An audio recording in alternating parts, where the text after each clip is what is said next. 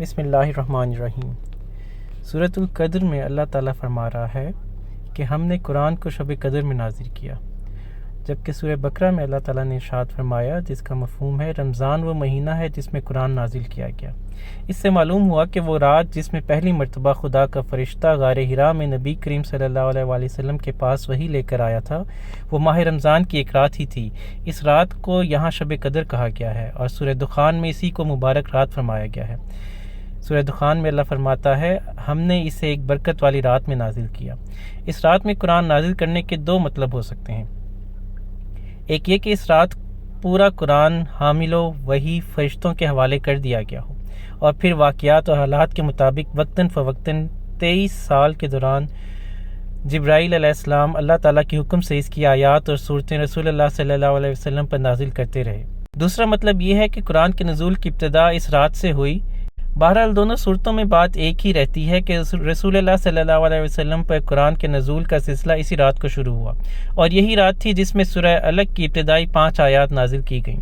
تاہم یہ بات اپنی جگہ ایک حقیقت ہے کہ قرآن کی آیات اور صورتیں اللہ تعالیٰ اسی وقت تصنیف نہیں فرماتا تھا جب رسول اللہ صلی اللہ علیہ وسلم اور آپ کی دعوت اسلامی کو کسی واقعہ یا معاملہ میں ہدایت کی ضرورت پیش آتی تھی، بلکہ کائنات کی تخلیق سے بھی پہلے ازل میں اللہ تعالیٰ کے ہاں زمین پر نوع انسانی کی پیدائش، اس میں انبیاء کی بعثت، انبیاء پر نازل کی جانے والی کتابوں اور تمام انبیاء کے بعد آخر میں محمد صلی اللہ علیہ وآلہ وسلم کو مبعوث فرمانے اور آپ پر قرآن نازل کرنے کا پورا منصوبہ موجود تھا۔ شب قدر میں صرف یہ کام ہوا کہ اس منصوبے کے آخری حصے پر عمل درآمد شروع ہو گیا۔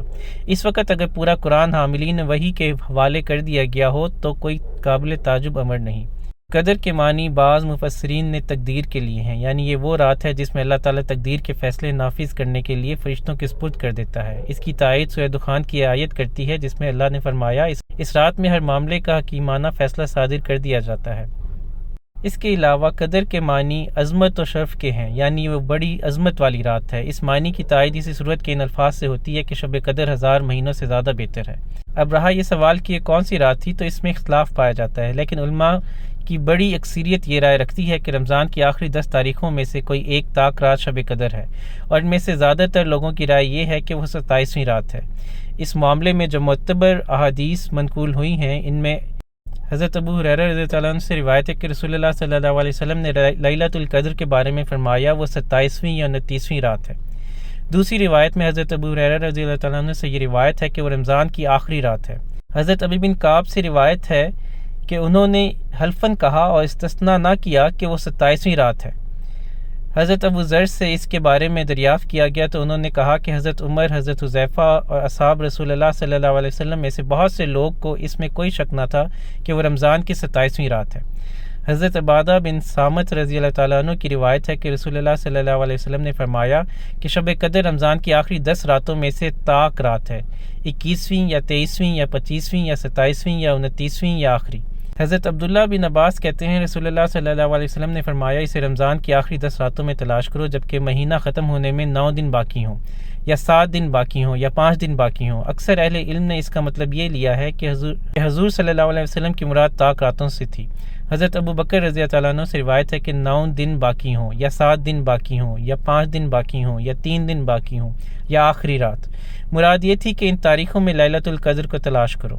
حضرت عائشہ رضی اللہ عنہ کی روایت ہے کہ رسول اللہ صلی اللہ علیہ وسلم نے فرمایا کہ شب قدر کو رمضان کی آخری 10 راتوں میں سے طاق راتوں میں تلاش کرو۔ حضرت عائشہ اور حضرت عبداللہ بن عمر کی یہ بھی روایت ہے کہ رسول اللہ صلی اللہ علیہ وسلم نے تعزیزت رمضان کی آخری 10 راتوں میں اعتکاف فرمایا۔ اس معاملے میں جو روایات موجود ہیں ان کی بنا پر علماء کی بڑی تعداد 27ویں رمضان ہی کو شب قدر سمجھتی ہے۔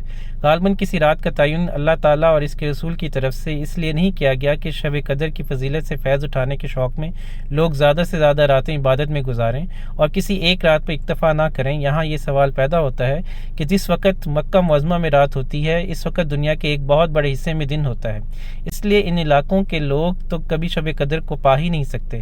اس کا جواب یہ ہے کہ عربی زبان میں اکثر رات کا لفظ دن اور رات کے مجموعے کے لیے بولا جاتا ہے، اس لیے رمضان کی ان تاریخوں میں سے جو تاریخ بھی دنیا کے کسی حصے میں ہو اس کے دن سے پہلے والی رات وہاں کے لیے شب قدر ہو سکتی ہے۔